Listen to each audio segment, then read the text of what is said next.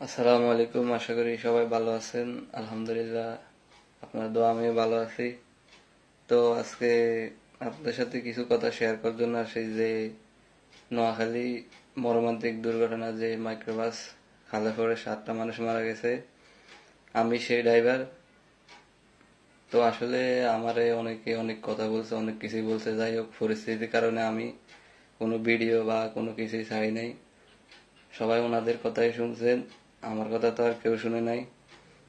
যাক, আল্লাহর হুকুম হয়েছে। ষষ্ঠ বিকাল 4টা 20 আমি বাহার ভাইদের বাড়িতে গেছিলাম। হ্যাঁ, ওইখানে যাওয়ার পরে ওনারা বাইর হয়ে এসে আসার পরে আমি গ্যাস পাম্পে গেছিলাম, চন্দ্রগঞ্জ গ্যাস পাম্পে যাওয়ার পরে ওখানে গ্যাস নিছি।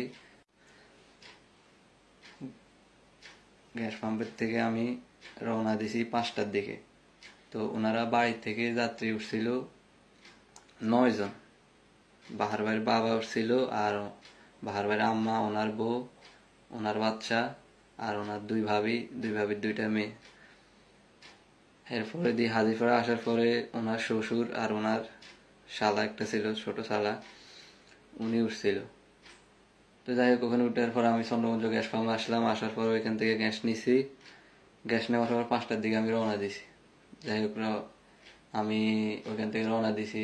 যাওয়ার সময় কুমিল্লা একটা হোটেলে দাঁড়িয়েছিলাম, ওখানে ওরা নাস্তা নাস্তা করছিল। 11টা 10 বা 15 দিকে আমি ঢাকা এয়ারপোর্টে পৌঁছাইছিলাম। পরে ওইখান থেকে ওনারা নামে গেছে, যায় এয়ারপোর্টে ভিতরে গেছিল ওনার ছেলেদের জন্য। পরে 12টার দিকে ওনারা পাইছে আর কি, যে ভিতর থেকে পাইছিল। তখন ওনারা ওইখান থেকে 12টার দিকে আমি এয়ারপোর্ট থেকে ওনাদেরকে নিয়ে রওনা দিয়েছি। যাই হোক, আলহামদুলিল্লাহ ওখানে ওনারা সুন্দরভাবে উঠছিল। বাহার ভাইয়ের একটা ফ্রেন্ড ছিল, আর বাহার ভাই ছিল, উনি উঠছিল। ওইখান থেকে উঠার পরে যাই হোক রওনা দিছি। আলহামদুলিল্লাহ আসার পথে আবার কুমিল্লায় নাস্তা করছিলাম। পরে উনি মহিফাল নামছে, ওনার বন্ধু একটা আছে, ওইখান থেকে মহিফাল নামছে, উনি একজন নামছিল। উনি আবার খুবই ভালো মানুষ ছিল। যাই হোক, গেছে আমার সাথে, খুবই ভালো ব্যবহার করছিল, উনি চলে গেছে। যাই হোক, পরে ওনারা আর যাত্রী হয়েছিল 12 জন, বাহার ভাইয়ের ফ্যামিলি সবাই একই গাড়িতে। পরে ওইখান থেকে মহিফাল থেকে আমি রওনা দিছি। দেওয়ার পরে ওনারা সবাই ঘুমেছিল, আমি একা একা গাড়ি চালাইতেছি। হ্যাঁ, ওনারা সবাই ঘুমেছিল।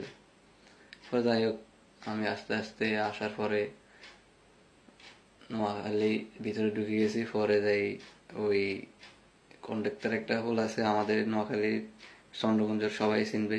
ওইখানে আসার পরে ওইখান থেকে মাসাল্লাহ আলহামদুলিল্লাহ আমি সুন্দরভাবে আমি ওখান থেকে নামছিলাম। নামার পরে হঠাৎ করে মানে কিভাবে আমার মানে চোখ মানে চোখে মানে একটা ঘুম ঘুম ভাব চলে আসে। পরে হঠাৎ করে গাড়িটা ডান দিকে যাইতেছে। হ্যাঁ, ডান দিকে যাওয়ার পরে ওনার শ্বশুর হঠাৎ করে গেছে, বলে ব্রেক কর ব্রেক কর। পরে আমি হঠাৎ করে ডান দিকে গাড়ি ডান দিকে, আসলে গাড়ি ডান দিকে যাইতেছে। পরে আমি কি করবো, বামের দিকে দেখি 2টা ফিলার ছিল, আমি ফিলার মানে আমি আরো বামে নিছি। যাই হোক, আলহামদুলিল্লাহ মোটামুটি আমার কন্ট্রোলে গাড়িটা ছিল। ওই সময় ওনার শ্বশুরে আমার এত জোরে একটা ধাক্কা দিছে, আমি একটা কপালে একটা বাড়ি খেয়েছি, মানে গাড়ির ইয়ের সাথে বাড়ি খেয়েছি। আমার হাত থেকে স্টার্টিং ছুটে গেছিল। পরে যাই গাড়িটা রাস্তার খালে পড়ছে। পড়ার পরে কাঁচায় পড়ছিল, মানে পানির কাছে, ওইদিকে আবার পানি স্রোত আইতেছে। পরে পড়ার পরে ওনারা দরজা খুলি, বাম সাইডের যে দরজা ছিল ওটা খুলি, পিছন থেকে 3জন বাইরে এসে, প্রথমে গাড়ি কাঁচা ছিল, 3জন বাইরে গেছে পিছন থেকে, আর 2 গাড়ি তো গ্লাস নামানো ছিল, ওনারা টকা দিয়া সামনে যে 2জন ছিল, ওনার বাবা ছিল, ওনার ব্যয় ব্যয় ছিল আর কি। পরে ওনারা বাইরে গেছে। হয়ে যাওয়ার পরে আমার নাম তো জানি না, তুমি স্টেডিং থাকো, আমরা গাড়ি টেনতেছি। এরা গাড়ি পিছন দিয়ে টানতেছে, করতেছে। আর দরজাটা খোলার পরে সাথে সাথে এনারা লাপটি করছে, দরজাটা আবার আটকে গেছে। পরে দিয়ে আবার বাইরে থেকে দরজাটা টেনছে, দরজাটা খোলে না। পরে আমারও নামতে দেয় না। আমি ভিতর থেকে অনেক চেষ্টা করছি দরজাটা মানে খুলে কিনা, দরজাটা আমি অনেক টানছি, মানে দরজাটা খুলতেছে না ভিতর থেকে। পরে কি করবো, ওনারা বাড়ি থেকে টানতে আছে আবার পিছনে। পরে মানে গাড়িটা আসতেছে না, গাড়ি আর ওইদিকে পানি স্রোতে নিয়ে যেতেছে পশ্চিম দিকে। পরে আমি কি করবো আমি নিজেও মানে হয়ে গেছি আর কি। পরে আমি টানতে খোলে, এরা আবার আমার নাম তো দিতেছে না। পরে আমি দেখতেছি যে গাড়িটা আরো যাইতেছে, পরে গাড়ি হঠাৎ করে মানে দুই সাইডে গেলা, দুই দিক থেকে পানি ঢুকে শুরু, গাড়ি নিচের দিকে ঢুকতেছে। সামনের ইঞ্জিল বাড়ি তো, তো আপনারা বলেন ইঞ্জিল সামনে দিয়ে বাইর হয়, ওখানে তো গাড়ি ডুববে।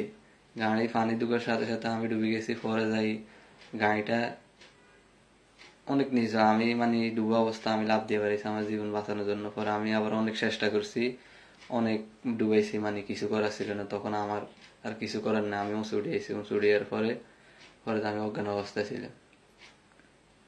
পরে আমার ওইখান থেকে কে বা কার, আমি দেখি ওনার একটা গাড়ি তুলেছি, নিয়ে আমার একটা হসপিটালে নিচে আমি ওখানে মোটামুটি 1-1.5 ঘন্টা ছিলাম। পরে আমার স্যালাইন ট্যালাইন দিছে, যাই হোক আমি ওখান থেকে মোটামুটি সুস্থ, মানে একটা হয়েছে আর কি। পরে আমি দেখতেছি যে পরিস্থিতি খারাপ। পরে আমি কি করবো পরে আমি ওইখান থেকে আস্তে আস্তে আস্তে আস্তে নিজের জীবন রক্ষার্থে আমি পালিয়ে গেছি। তো আপনারা বলেন, আমি যদি ওইখানে থাকতাম বা আমারে কেউ কি বাঁচায় রাখতো? একটা ড্রাইভার ভুল করুক বা নিজে ভুল করুক বা অনিচ্ছাকৃত ভাবে অ্যাক্সিডেন্ট করুক, আগে আসি পাবলিক ড্রাইভারদেরকে মারা শুরু করে। তো আমি তো ওইখান থেকে পালাই না, ওইখানে ছিলাম বা ইয়ে করেছে, ওনাদেরকে অনেক চেষ্টা করছে, আমার চেষ্টার কোনো কমতে ছিল না। উনি যেভাবে ধাক্কাটা দিছিল, ধাক্কা দেওয়ার পরে তো আমার সেন্স গুলো আউট হয়ে গেছে, আমার মাথা বিটুইন ঘুরে আমি খালের কাছে পড়ে গেছি। পরে ওইখান থেকে গাড়িটা ডুবে গেছে। তো বলেন এখানে কি আমার কি দোষ আছে বলেন? যাই হোক, আমার অপরাধ ভুল হলে এটা দেখবা আর সবাই, সকল ড্রাইভার আছে, ওনারা আসলেই বুঝতে পারবে গাড়ি পানিতে পড়ার পরে গাড়ি কি অটো লক হয়ে যায় নাকি, এই যে তখন লকটা খুলতেছিল না।